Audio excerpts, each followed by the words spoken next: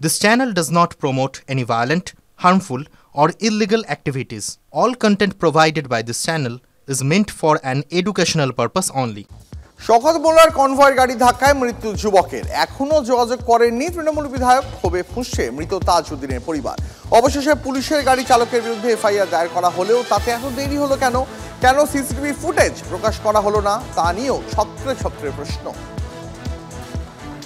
পুলিশের গাড়ি মেরে দিল ওকে। যখন আমাদের বাইক কোনো এক্সপায়ার হয়ে যায়, পলিউশন থাকে না, আমাদের দিয়ে কেস করে, পয়সা নেয়। পুলিশের গাড়ি যখন এক্সপায়ার হয়ে গেছে তো ওই গাড়িটা সাইড করে দিত, ওরা ওই গাড়ি নিয়ে রোডে কেন বেরোলো? সত্যি তো, আমার আপনার গাড়িতে নথির সামান্য গন্ডগোল থাকলেও মামলা রুজু করতে বা জরিমানা করতে এক মুহূর্ত সময় নেয় না পুলিশ। কিন্তু তাদের নিজেদেরই গাড়ির রেজিস্ট্রেশন বাতিলের পর কেন রাস্তায় চললো সেটি, তাও আবার তৃণমূল বিধায়কের কনভয়। ভাঙড়ে কলকাতা পুলিশের বাতিল গাড়ির ধাক্কায় মৃত্যু হয়েছে তাজউদ্দিনের। যার কনভয়ের গাড়ি ধাক্কায় মৃত্যু হয়েছে তৃণমূলের সেই বিধায়ক শওকত অবশ্য এখনো পরিবারের সঙ্গে যোগাযোগ করেননি, আর তাতেই ক্ষোভে ফুঁসছে মৃত তাজউদ্দিনের পরিবার। ওরা একবারও কেউ আসেনি, ওরা মিথ্যে কথা বলেছে, ওরা কোনো খবর নেয়নি। ওনারা খুবই তো মর্মাহত, আমরাও খুবই বিষয়টা মর্মাহত। নিশ্চয়ই আমরা যোগাযোগ করব, আমরা মানবিক দিক থেকে পরিবারের পাশে থাকবো। তৃণমূল বিধায়ক বলেছেন তারা নাকি দ্রুতই পরিবারের সঙ্গে যোগাযোগ করবেন, কিন্তু কবে? দুর্ঘটনার পর কেন নিয়ে যাওয়া হলো না কাছের নার্সিং হোমে? প্রশ্ন মৃত তাজউদ্দিনের স্ত্রী। ওরা গাড়ি মেরে দিয়েছিল, সঙ্গে সঙ্গে কোনো নার্সিং হোমে কেন নিয়ে গেল না? সঙ্গে সঙ্গে কোনো নার্সিং হোমে নিয়ে গেল ভালো হয়ে যেত। এত এখান থেকে ওখান করেছে, ওর অনেক ব্লাড বেরিয়ে গেছে, মাথা থেকে পুরো শার্ট ব্লাডে ভর্তি ছিল। এই ঘটনায় চালকের বিরুদ্ধে বেপরোয়াভাবে গাড়ি চালানো ও তার জেরে মানুষের জীবন বিপদে ফেলা ও সম্পত্তি নষ্টের অভিযোগে মামলা রুজু হয়েছে। পুলিশ সূত্রে খবর, গাড়ির চালক প্রদীপ হালদার চুক্তিভিত্তিক কর্মী। তিনি নিজেও হাসপাতালে চিকিৎসাধীন। হাসপাতাল থেকে ছাড়া হলে তাকে গ্রেপ্তার করা হবে। তবে এত কিছুর পরেও চালকের পাশেই দাঁড়িয়েছেন তৃণমূল বিধায়ক। পাইলটটা হচ্ছে সরকারি পাইলট। আমার সামনে ঘটনাটা ঘটেছে, ইনসিডেন্ট যেভাবে অ্যাক্সিলারেটর যেভাবে নিয়ে গেছে, ড্রাইভারের কিছু করার ছিল না। ভাঙড় এখন কলকাতা পুলিশের অধীনে।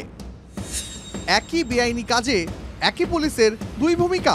সেনা ট্রাক ধরতে তৎপর পুলিশের বিরুদ্ধেই আইন ভাঙার অভিযোগ। সেনাকর্মীর বিরুদ্ধে 4 ঘন্টায় এফআইআর দায়ের করা হয়েছিল, কিন্তু পুলিশের গাড়ির চালকের বিরুদ্ধে এফআইআর করতে দেরি কেন? 1 ঘন্টায় সেনা ট্রাকের আইন লঙ্ঘনের ফুটেজ প্রকাশ, অথচ একদিন পরেও সামনে এলো না শওকতের কনভয়ের দুর্ঘটনার ছবি। এখানে আমরা দেখতে পাচ্ছি এখানে কয়েকটা সিসিটিভি ফুটেজ রয়েছে, যেখান থেকে কলকাতা পুলিশ সিসি ক্যামেরা থেকে ফুটেজ নিতে পারে। এক রয়েছে যে জায়গা দুর্ঘটনা ঘটেছে তার উল্টো দিকেই রয়েছে একটি বেসরকারি কলেজ, যেখানে সিসি ক্যামেরা রয়েছে, সেখান থেকে যেমন নিতে পারে। প্লাস ঠিক যে জায়গায় দুর্ঘটনা ঘটেছে তার পাশে একটি বাতিস্তম্ভে 3টে অ্যাঙ্গেলে সিসি ক্যামেরা রয়েছে। অর্থাৎ সেখান থেকে কিন্তু কলকাতা পুলিশ সিসি ক্যামেরার ফুটেজ নিয়ে প্রকাশ্যে আনতে পারত যে কি করে কালকে দুর্ঘটনা ঘটেছে। গাড়িটি 16 বছরের পুরনো মোটর ভেহিকেলসের থেকে সেটি ইতিমধ্যেই বাতিল করা হয়েছে। তারপরেও কলকাতা পুলিশের পাইলট কার হিসাবে কিভাবে চলছিল এই গাড়িটি? এতগুলো প্রশ্ন, অথচ একটারও উত্তর দিচ্ছে না পুলিশ। সুজয়, সত্যজিৎ ও দীক্ষার report, TV9 Bangla. School service commission দাগি শিক্ষকদের অসম্পূর্ণ তালিকা প্রকাশ করেছে। তার কাছে পূর্ণাঙ্গ তালিকা রয়েছে, প্রকাশ করে দেবেন। এবার এই হুঁশিয়ারি শুভেন্দু অধিকারীর। তালিকায় 1958 জনের নাম থাকার কথা, কিন্তু বেছে বেছে বেশ কিছু নাম বাদ দেওয়া হয়েছে, অভিযোগ তুলেছেন রাজ্যের বিরোধী দলনেতা। আমি বলি এটা অসম্পূর্ণ তালিকা, আমি তালিকা প্রকাশ করে দেব। 1958 জন টেন্টেড টিচার, অসম্পূর্ণ তালিকা। খুঁটিয়ে দেখলে দেখা যাবে মুখ্যমন্ত্রীর ভাইজির নামটা বাদ গেছে, বীরভূমের কীর্ণাহার। প্রত্যেক দিনই দুর্গন্ধ বেরোচ্ছে। আপনাদের তো আর অভিযোগ করতে হবে না, চোর ধরো জেল ভরো। এখন তো একটাই আওয়াজ, চোর তুলুন, চাকরি চোর, গদি চোর, চাকরি চোর, চাকরি চোর। মহাবিদ্যা ধরা পড়েছে কবেই। এবার চাল আর কাঁকড় আলাদা করে তালিকার সামনে আসতেই যেন কেঁচো খুঁড়তে কেউটে বেরিয়ে পড়লো। এসএসসির দাগি তালিকায় লাল, নীল, সবুজের যেন মেলা। কি তৃণমূল কংগ্রেস, কি বিজেপি, কি কংগ্রেস, প্রায় সব দলের গায়ে দুর্নীতির কালি। তবে এই তালিকায় এগিয়ে শাসক ঘনিষ্ঠরাই। রং দিয়ে যায় চেনা। নিয়োগ দুর্নীতিতে এই কথাটা অন্তত বুক বাজিয়ে বলতে পারবে না কোনো দলই। এটা ঠিক, তৃণমূলের বিরুদ্ধে ভুরি ভুরি অভিযোগ রয়েছে, কিন্তু বিরোধীরা বাদ নাকি? এসএসসি দাগি তালিকায় নাম উঠে এসেছে ময়নার বিজেপি উপপ্রধানের। ময়না মানে পূর্ব মেদিনীপুর জেলা, বিরোধী দলনেতার এলাকা। আর ময়না মানে বিজেপি বিধায়ক অশোক দিনদার খাস তালুকও বটে। সেখানে বিতর্কের কেন্দ্রে গজিনা গ্রাম পঞ্চায়েতের বিজেপি উপপ্রধান সৌমেন কর। পিংলার মুন্ডমারি উষানন্দ বিদ্যাপীঠের অঙ্কের শিক্ষক তিনি। নিজে বিপদে, দলও তাকে নিয়ে বিড়ম্বনায়। এই অবস্থায় তৃণমূল বিজেপি এখন কাদা ছোড়াছুড়িতে ব্যস্ত।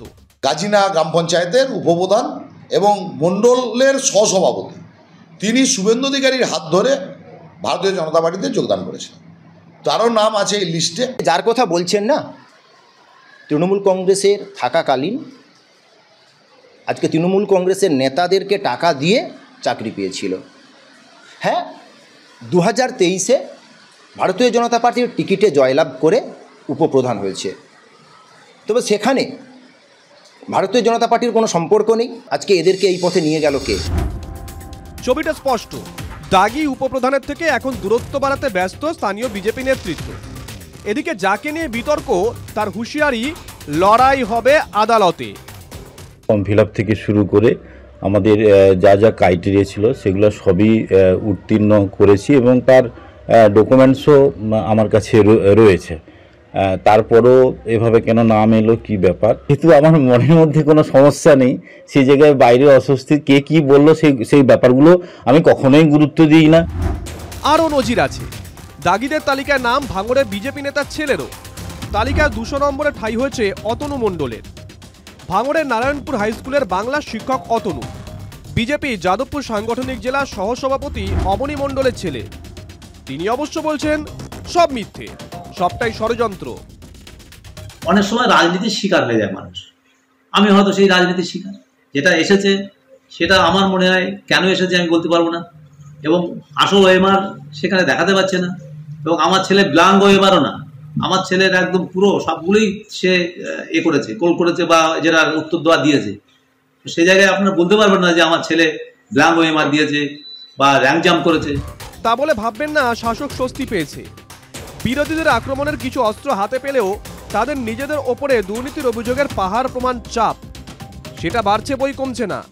এই যেমন পশ্চিম মেদিনীপুরের চন্দ্রকোনা, সেখানে রামজীবনপুর পুরসভার 11 নম্বর ওয়ার্ডের কাউন্সিলর তথা এলাকা দাপুরের তৃণমূল নেতা সুজিত পাজা ছোটমের নাম রয়েছে দাগি অযোগ্য শিক্ষকের লিস্টে। প্রিয়াঙ্কা পাজা হুগলির তারাহাট শারদাময়ী হাই স্কুলের শিক্ষিকা ছিলেন।